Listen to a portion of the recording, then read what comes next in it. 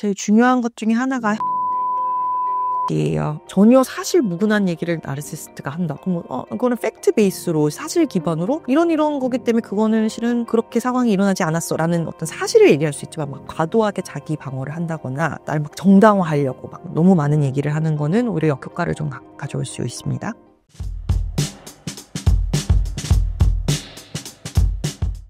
나르시시스트가 좋아하는 사람의 특징이 있다면 어떤 특징이 있을까요? 일단은 나르시시스트들은 우선 본인의 인정 욕구, 통제 욕구 이런 것들을 충족시켜 줄 수 있는 사람들을 선호해요. 그래서 본인의 어떤 실질적인 거나 뭐 정서적인 필요를 이제 채워주는 사람들인 거죠. 그래서 첫 번째는 본인의 이런 이미지를 본인이 갖고 있는 과대한 이미지를 증폭시켜 줄 수 있는 사람들을 굉장히 끌려해요. 그래서 예를 들어 뭐 당사자가 굉장히 외모적으로 뭐 아름다울 수 있고 아니면 사회적으로 영향력이 있는 사람일 수 있고 아니면 재력가일 수도 있고 이런 사람들이 이제 곁에 너무 두고 싶어 해요. 그러면서 자기가 나는 이런 사람들이랑 어울리는 사람이야 하면서 자기 이미지를 부스팅시키거나 아니면 실제로 그 사람들이 갖고 있는 자원을 본인이 사용하거나 아니면 그 사람들이 이뤄놓은 성공을 뭔가 본인의 공으로 돌리거나 막 이런 식으로 그 사람들을 착취할 수 있어요. 그런데 이 사람들이 행여나 뭔가 본인의 우월감을 약간 좀 손상시키는 행위를 했거나 뭐 본인의 뭐 자존심을 상하게 하는 행동을 하거나 하면 굉장히 이상화하다가 그 사람을 굉장히 평가절하하는 그런 모습을 보일 수 있어요. 두 번째 부류는 정말 대가 없이 본인한테 뭔가를 제공해주는 성향이 강한 사람들을 굉장히 원하죠. 그래서 예를 들어서 공감 능력이 굉장히 뛰어난 사람들은 상대방의 불편한 감정들이 너무 와닿으니까 내가 불편해서 상대방의 불편한 감정을 막 풀어주고 좋게 해주려고 하거든요. 뭔가 상대방한테 대가를 바라지 않고. 그러니까 얼마나 이 정서적으로 불안정한 나르시시스트인 사람들이 좋아하겠어요. 그리고 다른 사람의 인정이 되게 중요한 사람들이 있어요. 외국에서 뭐 피플 플리저라고도 부르기도 하는데 그래서 다른 사람의 인정이 중요하다 보니까 다른 사람의 욕구를 만족시키는 게 무엇보다도 중요한 거고 갈등을 일으키고 싶어 하지 않아요. 그래서 나르시시스트의 욕구를 최우선시하고 그런 부당한 행동을 보여도 그거에 대해서 이의 제기를 하지 않고 그런 특성을 갖고 있는 사람들이 좀 곁에 두려고 하고 있고요. 그리고 왜 우리가 선천적으로 되게 약간 베푸는 성향이 있는 사람들이 있잖아요. 되게 관대하고, 예. 뭐 아무래도 그런 사람들을 또 나르시시스트들이 이제 좋아하죠. 그리고 또 한 가지 부류는 조종이 좀 쉬운 부류를 나르시시스트들이 선호해요. 그래서 일단은 약간 좀 순진한 측면이 있거나 아직은 좀 경험이 부족한 그런 사람들도 초반에 싹 알아보고 곁에 두려고 하죠. 왜냐면 경험이 없으니까 실은 나르시시스트의 이런 이중적인 뭐 조종을 간파하기가 쉽지가 않으니까. 또 본인 자체가 약간 취약한 상황에 있는 사람들, 예를 들어 우리가 살면서 뭐 힘든 일들은 누구나 다 뭐 한 번만 경험하면 운 좋은 거고 여러 번 경험하잖아요. 근데 삶에 있어서 굉장히 어려운 상황을 겪고 있어서 내가 굉장히 취약한 상태일 때 그때 이제 다가오는 사람들을 실은 주의 깊게 살펴야 되는 부분이 이제 취약한 상황에 있어서 뭔가 어떤 조종이 쉬운 부분이 있을 때 쉽게 다가가고 그리고 기질적으로 되게 충성심 강한 사람들이 있거든요. 내가 한 번 믿으면 나는 쭉 간다. 예. 그리고 자기가 한 번 마음을 준 사람들 굉장히 신뢰하는 그런 특성의 사람들을 초반에 그 사람들 신뢰를 얻기 위해서 굉장히 뭐 러브바밍이든 뭐든 시도할 수 있어요. 왜냐면 한 번 주면 약간 굳건하게 쭉 가기 때문에 그래서 그런 특성이 있는 사람들도 좋아하고요. 그리고 왜 이제 다른 사람의 좋은 부분을 되게 좋게 인지해주고 되게 막 너 진짜 잘했다, 너 진짜 대단하다 하고 되게 인정해주는 그런 특성이 있는 사람들 있잖아요. 근데 이제 나르시시스틱한 사람들이 본인이 갖고 있는 그런 되게 좋은 측면들을 되게 어필하는 능력이 크잖아요. 근데 상대방이 되게 누구의 좋은 특성을 막 와 하면서 조금 약간 이상화하는 기질 그런 특성이 강한 사람들에게 실은 나르시시스트들이 많이 다가가요. 왜냐면 한 번 자기를 이상화하면 그게 이제 잘 바뀌지 않을 가능성이 더 높으니까. 반대로 나르시시스트가 싫어하는 사람은 어떤 부류인가요? 우리가 EQ라고 하죠. 그 정서지능 높은 사람들을 어려워해요. 그 이유는 EQ가 높은 사람들은 상대방의 좀 깊이 있는 정서 상태를 캐치를 잘하거든요. 근데 나르시시스틱한 사람들은 이렇게 피상적인 모습은 되게 자기가 되게 좋고 막 즐겁고 행복하고 난 너무 잘 나가고 이런 그런 모습들을 구사하는 경우가 많은데 조금만 깊게 들어가도 이제 되게 이 사람의 어떤 불안정한 측면들이 보일 수 있는데 이제 EQ가 좋은 사람들 그걸 감지를 잘하거든요. 그래서 그런 사람들은 좀 불편해할 수 있고 그리고 우리가 누구나 뭐 실은 외적인 부분에 영향을 아예 안 받는다. 외적인 어떤 요소의 영향을 나는 아예 안 받는다. 뭐 그런 사람들이 많지는 않잖아요. 그치만 정도의 차이가 있는 거고 상대적으로 그냥 상대방의 어떤 이런 피상적인 측면들, 환경적인 조건에 그렇게까지 그걸 중요하게 생각하지 않고 그렇게 현혹되지 않은 사람들 분명히 있거든요. 그러니까 오히려 되게 그 사람을 알게 되면서 그 사람의 성격, 얼마나 깊이감이 있느냐, 얼마나 생각을 실은 신중하게 하는 사람이 있느냐, 이런 좀 진정성이 있는 좀 사람들, 그런 사람들은 나르시시스트들이 굉장히 불편해하죠. 왜냐면 굉장히 상대방을 그 외적인 부분으로 많이 현혹시키고 조종을 하려고 하기 때문에 그게 잘 먹히지 않으면 불편한 거죠.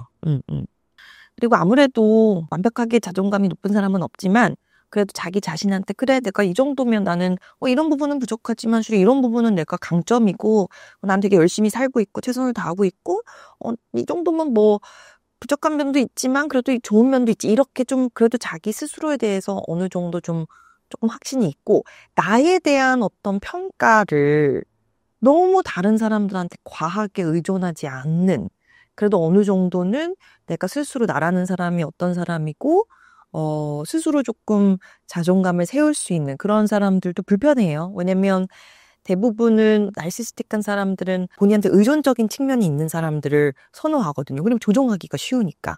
그래서 그렇고 아무래도 바운더리 설정을 잘하는 사람들을 어려워하는 이유가 우리는 보통 이제 약간 우리 바운더리 설정 자체를 하는 실은 문화에 그렇게 많이 이제 노출이 되지 않는 그 세대 분들도 계시기 때문에 이렇게 뭔가 내가 이건 내 영역이니까 이건 지킬 거야. 이게 좀 뭔가 약간 이기적으로 느껴지기도 하고 뭔가 이게 이게 좀 적절치 않나 이렇게 생각하는 사람들이 꽤 있거든요. 근데 그렇지 않거든요. 나의 어떤 정서적인 어떤 심리적인 건강을 위해서 반드시 내가 지켜야 될 어떤 경계라는 게 있는 거고.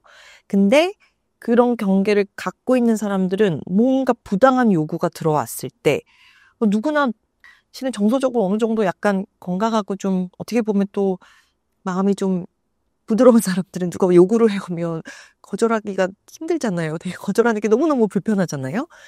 근데 이제 그래도 어느 정도 이거는 이 이상 내가 들어주면 이거는 내가 너무 심리적으로 괴로울 거고 이거는 상대방이 좀 불편해하도 이거는 내 선에서 이거는 아니다 라는 어떤 경계 설정을 잘하는 사람들을 불편해하죠. 나르시시스트들은. 그리고 마지막으로 약간 상대방의 어떤 잘못에 대해서 좀 책임을 묻는 사람들이 있잖아요. 이거는 아니다. 이거는 당신이 잘못한 거다. 뭐 이런 어떻게 보면 바른 말도 하고 뭐 책임을 묻는 사람들을 좀 싫어하죠. 그래서 좀 그런 사람들한테 조금 더 뭔가 보복적으로 나르시시스트들이 나올 가능성이 있죠. 나르시시스트에게 당하고 있다는 걸 인지하기까지 어떤 과정을 겪나요? 그러니까 나르시시스트를 인지한다는 거는 그 사람들의 행동 패턴을 명확하게 이제 파악하는 거죠. 그리고 그 사람의 이런 행동 패턴이 쉽게 바뀌지 않는다는 거를 인정을 하고 그렇기 때문에 그런 이제 앞으로는 그동안 그 사람이 나에게 해왔던 그런 조종 어떤 수법에 말려들지 않는 거. 그렇게 조금 아주 간략하게 정리한다면 그렇게 인지를 좀 정리할 수 있을 것 같고요. 그래서 인지하는 과정에 가장 중요한 건 실은 나르시즘에 대해서 알게 되는 거죠. 너무나 많은 분들이 저를 이제 찾아오셔서 상담하시는 많은 분들이 정말 이해할 수 없는 행동들을 뭐 5년, 10년, 심지어는 3, 40년 저 사람이 왜 저럴까? 이게 내 문제일까? 이 고민을 수없이 하다가 정말 우연치 않게 뭐 검색을 통해서 아니면 뭐 지인을 통해서 뭐를 통해서 선생님의 유튜브와 책을 읽게 되고 정말 번개를 맞는 듯한 느낌이 들었다. 이렇게 표현해 주신 분들이 너무 많으세요. 그래서 이 나르시즘에 대한 정말 확실한 인지가 너무 중요하고요. 뭐 시작이 반이라는 얘기도 있지만 이런 경우에는 시작이 반이 아니라 그 이상이에요. 인지만으로 생겨나는 변화는 정말 막강해요. 그래서 한번 이거를 인지하기 시작했으면 정말 명확하게 그리고 어설프게 또 공부를 해서는 잘못 이해하는 경우도 좀 있거든요. 그래서 이거에 대해서 확실한 나르시즘에 대해서 확실하게 공부를 하고 많은 지식을 쌓는 게 굉장히 중요한 부분이라고 생각을 하고요. 두 번째는 지금 받아들이는 거예요. 상대방이 나르시시스트적인 특성이 강하다는 게 초반에는 그런 인지가 해방감을 줘요. 아, 맞아, 이거야. 내 잘못이 아니야. 맞아, 이거는 저 사람의 요소였어. 맞아, 이거는 저 사람의 요소였어. 라는 어떤 인지가 주는 해방감이 분명히 있어요. 근데 조금 더 시간이 지나면 그 해방감이 약간 좌절감으로 찾아오게 돼요. 아, 그러면 저 사람이 진짜 이런 나르시시스틱한 특성이 강한 사람이라면 그러면 어떡하지? 그러면 내가 여태까지 바뀔 거라는 희망을 걸고 이 관계에 머물렀는데 만약에 이게 쉽게 바뀌지 않는다면 앞으로는 어떻게 되는 거지? 이런 좌절감이 주는 실은 괴로움이 있고요. 그 괴로움 때문에 인지를 거부하는 분들도 있어요. 이거는 그냥 자세히 들여다보지 말아야겠다. 근데 어떻게 보면 이런 받아들임? 이게 굉장히 그 나르시스트의 인지에 대해서 괴롭지만 필수적인 단계고요. 그 다음에는 이제 여태까지 수년간 나르시시스트와의 갈등의 원인이다. 나르시시스트가 나를 이렇게 공격하고 비난하고 깎아내리는 건 진짜 내가 문제가 있어서 그렇게 정말 수년, 수십 년간 생각을 하고 있었다면 그 패턴을 한순간 바꾸기는 굉장히 어려워요. 근데 중요한 거는 이제 여태까지 상황들이 물론 나의 요소들도 어떤 부분에서는 있었을 수도 있겠지만 정말 많은 갈등의 주 원인이 이게 상대의 이런 측면들로 인해서 생겨나는 거다라는 거를 머리로 인지해야 될 뿐만 아니라 마음에서 감정적으로도 인지를 해야 되는 부분이 필요해요. 그리고 이제 많은 분들이 그래서 자기의 어떤 인지와 관찰을 실은 좀 검증하는 단계를 거치고 싶어 해요. 그래서 실질적으로 내가 굉장히 신뢰하고 정말 그 지혜롭다고 생각하는 누군가와 내가 이런 경험을 여태까지 했는데 알고 보니 나르시즘이라는 이런 개념이 있대. 그래서 너무 이런 게 좀 잘 맞는 것 같아. 그래서 이제 본인이 이제 인지한 바를 어떻게 보면 한번 검증하는 거죠. 근데 여기는 또 위험도 있어요. 왜냐면 내가 이거를 검증하는 상대방이 실은 그도 이렇게 건강하지 않은 사람이라면 오히려 객관적으로 상황을 보기보다 나르시시스트적인 사람의 편에 설 수도 있거든요. 그래서 어떤 분들은 그래서 아예 이제 그 전문가를 찾아가서 이제 이런 부분들을 이제 검증하는 단계를 밟기도 하고요. 뭐가 되게 중요하냐면 이제 내가 나 스스로 어디까지가 나의 바운더리인지 스스로가 결정해야 돼요. 예를 들어 여태까지 나르시시스트의 행동이 있는데 나는 뭐 지금 한순간에 나르시시스틱한 사람이 바뀔 수가 없고 내가 지금 관계를 어쨌든 유지를 해야 되는 상황이면 나는 앞으로는 이런 행동은 절대로 용납을 할 수 없어. 그 바운더리 설정을 일단은 나부터 먼저 해야 돼요. 그게 애매모호한 사람들이 많거든요. 그 애매모호한 내 내적인 바운더리 설정이 굉장히 대응하는 데 중요하다는 거. 그리고 나서 이 사람과 내가 어느 정도의 컨택을 유지를 해야 되는지 그 상황 파악을 해야 돼요. 그러니까 예를 들어 내가 조금 이대로 관계를 유지하다가는 이게 내가 너무 정말 이거는 내가 더 이상 브레이크다운 하겠다 했을 때 그치만 기본적으로 얼마 정도의 관계를 유지할 수 있느냐 없느냐 이거의 정도를 파악을 해서 내가 얼마의 연락을 유지할 건지에 대해서도 좀 생각하는 게 중요하고요. 진짜 중요한 부분은 내 정서 상태를 돌아봐야 돼요. 내가 지금 이 수년간의 이 건강하지 않은 관계에 머무르면서 수년간 건강하지 않은 관계에 머무르면서 얼마나 내가 정서적으로 좀 소진되어 있는 상태인지 내 지금 심적인 상태를 돌아봐야 되는 부분이 있어요. 너무나 많은 분들이 저한테 나르시시즘에 대한 상담을 받으러 오시거든요. 그 피해를 받고 나서. 근데 제가 면담을 하다 보면 이분은 저분의 우울증이 정말 그냥 너무나 뚜렷하게 깔려 있으신데 제가 근데 누구누구 씨 너무 이렇게 우울감이나 이런 것에 대해서 여쭤보면 저 우울하지는 않아요. 라고 얘기를 하세요.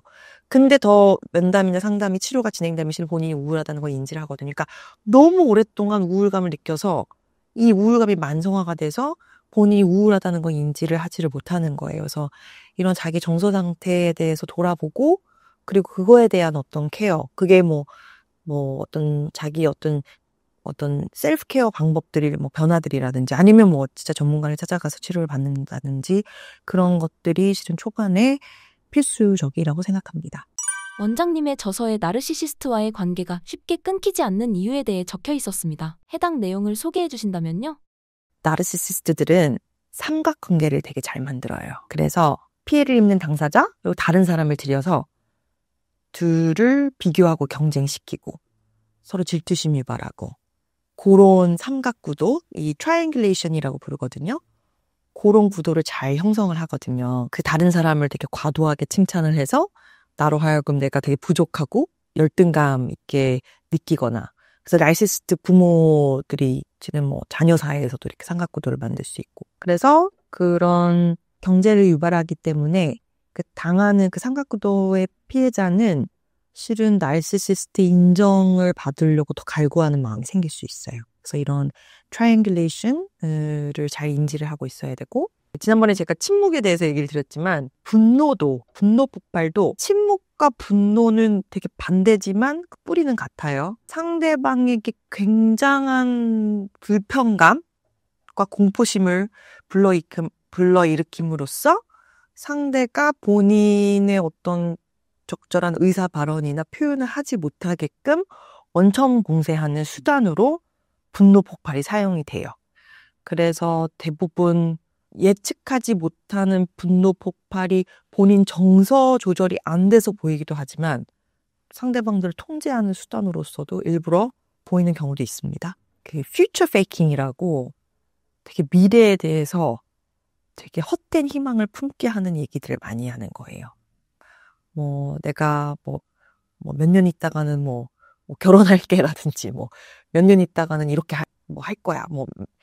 얼마 있다가는 내가 노력해서 내가 변할 거야. 막 이렇게 실은 일어날 가능성이 그렇게 높지 않은 어떤 미래의 상황에 대해서 지속적으로 굉장히 끌릴 만하게 표현을 해서 상대방으로 하여금 굉장히 헛된 희망을 품을 수 있게 하는 그런 조종 방법도 있고요. 그리고 이제 스미어 캠페인이라고 이제 여러 사람들이 있는 어떤 조직 안에서 정말 집중적으로 그 사람의 그 명예나 이런 걸 실추시킬 수 있을 만한 어떤 거짓된 얘기 아니면 사실을 굉장히 왜곡해서 그 사람에 대해서 비방하고 그 많은 사람들이 그 얘기를 접할 수 있게 그런 어떤 행위를 하는 그래서 그 사람을 굉장히 고립시키는 한 조직에서 그런 조정 방법도 있습니다. 그리고 나르시시스트들은 이런 애정이나 사랑도 조정의 수단으로 쓰여요. 예를 들어 자기 말을 듣고 원하는 거를 해줬을 때는 엄청나게 스위트하고 막 애정 어린 사랑이 가득한 모습을 막 보이다가 약간이라도 본인 의견에 반하거나 마음에 들지 않았을 때는 정말 냉담한 태도를 보여서 그 상대방이 그 애정을 받고 싶어서 원치 않는 그런 행동들을 지속할 수 없게끔 하는 그런 방법들도 많이 사용합니다. 주변에 나르시시스트가 있다면 어떻게 대처하는 게 좋을까요? 제일 중요한 것 중에 하나가 현실적인 기대치예요. 우리가 반복적으로 나르시시스트임을 알면서도 또 상처를 받는 이유는 저 사람이 그러니까 기대치를 낮춰야지 하지만 실은 어느 정도 기본적인 기대치가 있기 때문에 계속 반복적으로 상처를 받는 거거든요. 그러니까 예를 들어 부부 안에서도요. 나르시시스트 배우자가 막 정말 예를 들어 경제적인 부분이나 아니면 외도라든지 하여튼 너무 내가 받아들일 수 없는 그런 행위들을 지속을 해서 나는 이제 저 사람 배우자로서 기대하지도 않고 여기는 바닥이야. 그리고 나는 정말 같은 집에 살지만 우리는 남남이야. 라고는 하지만 부부라는 형태로 유지하기 때문에 정말 기본적으로 저거는 안 하겠지 하는 기대치를 어느 정도 갖고 있어요. 근데 그게 매번마다 그 바닥이 깨지는 모습을 보고 너무 상처를 많이 받으시거든요. 그래서 이런 현실적인 기대치, 저 사람은 실은 더한 모습을 얼마든지 보일 수 있고 내가 지금 상황상, 정황상 어쨌든 어떤 관계를 유지를 하고 있지만 이 관계 안에서 마땅히 그냥 기본적으로 정상적인 사람이었으면 정말 기본적으로 내가 기대하던 부분들도 충족이 될 수 없을 수 있겠구나라는 어떤 그런 고통스러운 자각을 해야 되는 게 참 실은 슬프지만 중요한 부분이고요. 그래서 내가 여기에 쓴 나의 감정적인 투자를 실은 좀 줄이는 거예요. 그래서 내가 할 수 없는 부분, 바꿀 수 없는 부분, 즉 나르시시스트의 건강하지 않은 행동 패턴이죠. 거기에 내가 집중을 하는 에너지를 내가 바꿀 수 있는 거에 집중하는 거죠. 그게 뭐냐? 나르시시스트의 어떤 이런 행동에 대한 나의 반응과 나의 관점, 여기를 변화시키는 데 에너지를 쓰는 거, 그게 되게 중요하고요. 제가 이제 왜 이렇게 유튜브나 책에서 이렇게 조정 방법에 대해서 열심히 설명을 드리냐면 그 조정 방법을 그 패턴을 명확하게 인지해야 돼. 그러니까 그냥 이론적인 내용이 있잖아요. 근데 그거를 실제 내 삶에서 이게 어떻게 적용이 되고 있는지를 좀 매치해 보는 게 중요해요. 그러다 보면 내가 이게 가스라이팅이고 이게 이런 조종인지 정말 몰랐던 부분들도 실은 여태까지 이런 나르시시스트의 조종인 경우가 많거든요. 그래서 실제 내 생활에 그걸 대입해 보는 부분들도 중요할 것 같고요. 그리고 나르시시스트와 불필요한 언쟁이 말려드는 거는 실은 좋지 않습니다. 특히 나르시시스트적 사람에게 당신이 이런 특성이 있어라고 직면시키는 거가 어떠냐라고 질문 주시는 경우가 너무 많은데 많은 경우에는 그런 직면은 실은 굉장한 갈등으로 이어지고 결국 내가 상처를 받고 더 고통을 받는 경우가 더 많아요. 그래서 어쨌든 어떤 논쟁에 휘말리지 않고 불필요한 힘겨루기를 하지 않고 여기서 이제 회색돌 기법이 나오는 거죠. 감정적으로 대응하지 않고 아무리 나를 도발하더라도 거기에 휘말리지 않고 그런 걸 유지하다 보면 결과적으로는 왜냐면 나르시시스트는 상대방의 감정적인 반응을 본인의 원동력으로 사용하는 경우가 많거든요. 그래서 이런 감정적인 반응으로 휘말리지 않는 모습을 계속 보인다면 결과적으로는 조금 나에 대한 이런 흥미를 잃을 가능성이 높고요. 제가 이제 나르시시스트의 비난을 개인화하지 말라고 그러니까 개인화하지 않기가 약간 조금 생소한 표현일 수도 있지만 명확하게 나르시시스트가 나한테 해오는 그 많은 공격들이 이게 내 이슈가 아니고 본인의 어떤 불안정한 이런 자존감과 이런 통제 욕구에 의해서 나온다는 거를 인지를 하고 그러니까 그럼에도 불구하고 누가 계속 나를 막 공격하면 기분이 좋을 수는 없겠죠. 나쁠 수밖에 없겠지만 그게 내 이슈가 아니라 상대방의 이슈라는 걸 알면 이게 나의 근간을 흔들 정도의 어떤 영향을 주는 거에는 도움이 되거든요. 그렇기 때문에 공격에 대해서 과도하게 자기 방어하는 거는 권유드리지 않아요. 방어는 뭘 잘못했을 때 하는 거잖아요. 그래서 필요한 얘기는 해야겠죠. 뭐 예를 들어 전혀 사실 무근한 얘기를 나르시시스트가 한다. 그럼 그거는 팩트 베이스로 사실 기반으로 이런 거기 때문에 그거는 실은 그렇게 상황이 일어나지 않았어라는 어떤 사실을 얘기할 수 있지만 막 과도하게 자기 방어를 한다거나 날 막 정당화하려고 막 너무 많은 얘기를 하는 거는 오히려 역효과를 좀 가져올 수 있습니다. 그리고 내가 이미 이제 내적으로 내가 허용 가능한 수준의 행동들을 바운더리를 내 안에서 이제 견고하게 설정을 했다면 실은 어느 정도의 표현은 좀 필요해요. 나는 앞으로 당신이 나한테 이렇게 행동할 때는 나는 이건 허용할 수 없다. 그럼에도 불구하고 그런 행동들을 지속을 한다면 그에 따른 결과가 있다라는 거를 보여주는 거는 필요해요. 그러니까 뭔가 나의 바운더리를 또 침범하는 행동을 했을 때 내가 여태까지 나르시시스트의 어떤 필요한 부분을 채워주는 거를 실은 안 들어줌으로써 당신의 행동에는 결과가 있다라는 걸 조금 보여줘야 되는 부분이 있는데 없던 나르시시스틱한 사람들, 실은 나르시시스틱한 특성이 이제 과한 사람들이죠. 뭔가 병적인 개념. 바운더리를 실은 어떤 상황에서도 그 넘나드는 거를 이제 본인이 통제가 안 되는 경우에는 그땐 진짜 관계 자체를 어떻게 해야 되는지 고민이 좀 필요하겠죠. 그렇지만 본인의 필요가 있고 본인의 필요를 충족시키는 거가 더 중요한 나르시시스트. 특히 그러니까 저는 내담자분들이 이제 상담하러 오실 때 이제 그 사람이 얼마나 변화의 강의성이 있고 이런 걸 물어보실 때 많이 여쭤보는 질문이 그 사람이 사회생활을 어떻게 하고 있냐는 거거든요. 그래서 뭐 회사에서 뭐 조직에서 이 사람이 어떻게 적응을 하고 있냐. 근데 되게 집에서는 정말 말도 안 되는 모습들을 보이지만 밖에서는 그래도 뭐 그렇게 큰 갈등 없이 뭔가 뭐 조직 생활을 하고 있다. 그거는 약간 본인이 누울 자리를 보고 뻗는 거거든요. 그러니까 내가 그래도 되는 곳에서는 막 하는데 안 된다고 여기는 곳에서는 참는 거예요. 그 조절 능력이 있다는 거죠. 그래서 만약에 내가 당신이 이런 행동을 하면 나는 이런 당신이 필요로 하는 부분에서 난 제공을 하지 않을 거야 했을 때 그거를 정말 심리적인 어떤 저 심층의 어떤 변화가 있어서가 아니지만 본인의 필요에 의해서 약간의 행동 조절은 있을 수 있겠다는 거죠. 그리고 결과적으로는 이 많은 변화들을 줬는데도 앞서 얘기 드렸듯이 변화가 없다. 네. 그러면 근데 이 관계 양상이 그대로 유지가 되면 나 자신이 너무 피폐해진다. 그러면 이제 관계 거리의 정도를 나 자신이 이제 설정하는 게 중요하고 그 관계가 어느 관계 설정이 가장 맞는 건가요? 라고 많이 물어보시는데 나한테 가장 편한 수준이 가장 맞는 거거든요. 뭐 일괄적으로 뭐 어떤 뭐 무조건 끊는 거다 아니면 뭐 안 된다 이런 단답형의 대답이 될 수 없습니다. 그래서 내가 나 스스로 여러 가지 정황을 따졌을 때 내 자신이 그나마 가장 편하게 느껴지는 그 정도가 어딘지를 찾는 거가 지금 굉장히 중요해요. 그리고 독립성이 정말 나르시시스트와의 관계 안에서 그 관계의 그 양상을 좌우해요. 내가 절대적으로 나르시시스트한테 의존하는 부분이 있으면 굉장히 그 관계 변화를 주기가 어려워요. 왜냐하면 변화를 주려고 하는 나한테 내가 의존하고 있는 부분을 두고 굉장히 나를 압박해오고 협박해올 가능성이 있거든요.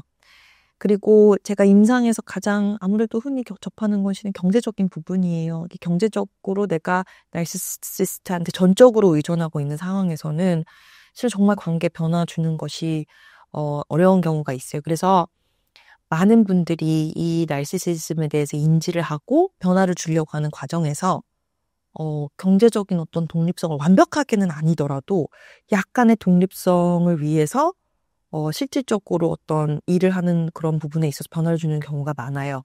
근데 예전에는 그거에 대한 정말 필요성과 절박함을 느끼지 못하는 상황에서는 내가 다시 뭔가 일을 한동안 놨다가 하는 게 불가능하게 보여졌는데 얼마나 이게 내 인생에 있어서 나의 독립성을 어느 정도 만드는 게 중요한지를 깨닫고 나서는 일을 바라보는 관점의 변화가 달라졌다는 거죠. 그러다 보니까 이전에는 불가능하다고 생각을 했었는데 지금은 물론 많은 노력과 이런 에너지가 투자가 되지만 불가능한 건 아니구나 라는 관점의 변화가 왔다고 얘기해 주시는 분들이 너무 많거든요. 그래서 그런 독립성을 어느 정도 확보하는 게 굉장히 중요하다라는 얘기를 좀 드리고 싶고요. 그리고 사람은 살면서 정서적으로 건강한 사람은 살면서 반드시 필요한 게 교류예요. 상대방한테 이해받고 공감받고 서로 교류하고 사랑할 수 있고 이게 너무 중요한데 이게 원래는 이런 것들을 나의 가장 가까운 뭐 배우자, 가족한테 받아야 되는 게 맞잖아요. 친한 뭐 친구나 애인. 근데 그 사람이 나르시시스트여서 그걸 나한테 제공을 해줄 수 없어요. 그러면 나는 평생 이거 없이 살아야 되냐? 아니죠. 그거를 반드시 예를 들어서 배우자한테 받지 못한 어떤 이런 정서적인 부분을 다른 위치에 있는 사람한테 그 배우자가 줘야 될 거 100% 다 받을 수 있느냐? 그거는 어려울 수는 있겠죠. 그치만 어느 정도 내가 정말 정서적으로 풍족한 삶을 살기 위해서의 어떤 이런 교류는 얼마든지 그런 어떤 다른 형태의 관계에서 내가 찾을 수 있는 거기 때문에 그런 대상들을 만드는 게 너무 중요해요. 근데 여태까지는 그런 대상들을 만들 힘이 없으셨을 거예요. 남아있질 않았을 거예요. 왜냐면 모든 에너지를 이 나르시시스틱한 사람한테 내가 쓰고 있었으니까. 근데 이제 내가 더 이상 불필요한 에너지를 여기에 쓰는 에너지를 정말 나에게 장기간의 관계를 유지하면서 나에게 굉장히 정서적으로 이런 활력을 줄 수 있는 사람들한테 쓴다면 그건 정말 큰 도움이 될 것입니다. 그리고 마지막으로 만약에 이런 노력들을 정말 나 혼자서 열심히 했는데 뭔가가 이게 어쨌든 나는 내 상황에 감정적으로 그리고 나의 측근들도 감정적으로 연루가 돼 있기 때문에 그걸 뭔가 조금 더 객관적으로 내가 변화를 줄 수 있게 조금 더 전문적인 도움을 줄 수 있는 누군가가 있다면 아마 이 과정이 조금은 더 수월해지실 수 있을 것 같습니다. 나르시시스트가 주변 사람들에게 모함할 때 어떻게 대처해야 할까요? 아마도 나르시시스트와 내가 관계가 틀어졌는데 나르시시스트가 여러 가지 이유로 우리가 공통적으로 알고 있었던 사람들 자기 편을 끌어들이기 위해서 나를 이제 부당하게 이제 모함하는 그런 상황을 얘기해 주시는 것 같고 뭐 누구나 우리 꼭 나르시시스트뿐만 아니라 어느 또 누구나 이렇게 갈등은 있을 수 있죠. 근데 이제 정서적으로 어느 정도 건강한 사람들끼리 갈등이 있을 때 그걸 이제 뭔가 주위 사람들한테 뭔가 상의한다는 개념으로 이거를 얘기를 할 때는 물론 저쪽에서 나온 잘못을 위주로 사람인지라 나보다도 저 사람의 어떤 그런 잘못을 부각할 수밖에 없는 측면은 누구나 있지만 그래도 정서적으로 어느 정도 건강하면 이 상황에서 저 사람도 좀 그랬지만 나도 뭐 이런 부분이 있었는데 이거가 뭐 갈등이 왜 있었다고 이걸 어떻게 해결할 수 있을까 뭐 이런 개념으로 얘기를 하는데 이제 나르시시스틱한 사람들은 이제 이 상황 전체를 완전히 왜곡시키고 이거 무조건 그 상대방이 다 100% 잘못한 거고 심지어는 거짓말까지 붙여서 이제 얘기를 하는 경우가 있죠. 그래서 그런 경우에 심지어는 내가 아는 얘기도 상대방한테 이제 이런 이간질을 하기 위해서 그리고 심지어는 이 사람이 너에 대해서 이렇게 안 좋게도 얘기해서 뭐 이런 식으로도 얘기할 경우도 있는데 그래서 이제 그런 상황에서 그 듣는 사람들이 이제 나에 대해서 이제 나에게 등을 돌리기 시작하면 이제까지 나는 그래도 나를 어느 정도 잘 알고 잘 지낸다고 생각하는 사람들이 내 쪽 얘기도 안 듣고 저 나르시시스트 얘기만 듣고 나랑 막 이렇게 뭔가 관계가 확 소홀해지는 걸 보면 실은 진짜 괴롭거든요. 그래서 그것 때문에 막 우울증 너무 심하게 생겨서 오시는 분들도 있으세요. 그래서 이제 그런 경우에는 당연히 나의 억울함을 호소하고 싶겠죠? 나의 이건 아니야. 제가 거짓말하는 거야. 실은 이런 상황이 있었어. 이거는 내가 이렇게 한 게 아니라 저 나르시시스트가 잘못한 거야. 당연히 이거를 호소하고 싶은 욕구가 막 뿜뿜 솟을 수 있겠지만 일단은 이미 나르시시스트의 얘기만 듣고 나한테 이제 이미 등을 돌린 사람들에게는 실은 이런 어떤 자세한 어떤 나의 어떤 내 쪽 주장을 얘기하는 게 그렇게 효과가 없을 수 있어요. 왜냐하면 그 사람들이 이미 나한테 등을 돌렸다는 거는 이미 나르시시스트의 얘기를 받아들인 거고 받아들였던 건 아직 그 나르시시스트가 나르시시스트라는 걸 인지를 못한 거거든요. 그래서 실은 왜 나르시시스트가 사람이 자기 포장을 잘하니까 그래서 내가 그렇게 막 오히려 이 상황에 대해서 굉장히 구구절절 얘기를 하다 보면 내가 구차하게 자기 변명을 하고 오히려 내가 그 나르시시스트를 굉장히 모함하고 뭐 비난하는 사람처럼 여겨질 수가 있어서 실은 그거는 아주 좋은 방법은 아니고 차라리 그냥 나한테 등을 돌린 사람을 다시 마주하게 되는 상황이 생겼을 때 내가 원래 했던 것처럼 그냥 평소 모습처럼 그냥 일관성 있게 대하는 게 더 좋다. 왜냐면 한때는 나를 좋게 생각을 하고 나를 대했던 사람이기 때문에 그런 평소에 어떤 관계 유지를 하다 보면 그 사람이 과거에 나한테 좋게 생각했던 부분들에 대해서 한계될 가능성이 있으니 그렇게 얘기를 좀 드려요. 근데 참 그 사람 본인이 그 나르시시스트를 또 이해관계에 걸려서 경험하지 않는 이상은 참 어려운 부분이 있죠. 근데 그러니까 등을 돌리지 않았어요. 이 얘기를 듣고. 그래서 약간 중립적인 입장을 취하는 사람들이 있잖아요. 그리고 아니면 상황이 나르시시스트가 나를 모함해서 이렇게 뭐 개인적인 관계, 뭐 정서적으로 틀어지는 것도 너무 속상하지만 이게 실질적으로 나한테 무슨 법적인 문제나 재정적인 어려움이나 뭐 손실을 가져다 주는 상황은 실은 이거는 능동적인 자세가 필요한 상황들이 있어요. 이런 경우에는 실은 나르시시스트가 나를 모함해서 나의 어떤 평판을 훼손시킨 경우에는 이 평판을 지켜야 될 필요성은 좀 있고 그럴 때는 굉장히 사실 기반으로 이거를 다른 사람들한테 알리는 게 중요해요. 그러니까 나르시시스트도 부인할 수 없는 사실, 팩트 위주로 이 사건을 열거를 하고 감정을 섞지 않고 감정적으로 나를 막 내가 이런 감정을 빼고 이런 사실 기반으로 얘기를 하는 게 굉장히 중요하고 그렇기 때문에 내가 나르시시스트적인 사람과 지금 계속 뭔가 공방이 오가는 상황에서는 그래서 객관적인 자료를 남기는 게 너무 중요해요. 왜냐면 내가 이런 소통 그게 문자라든지 이메일이라든지 어떤 분들은 그래서 심지어는 녹음하기도 해요. 왜냐면 자꾸 말이 바뀌니까 앞뒤가.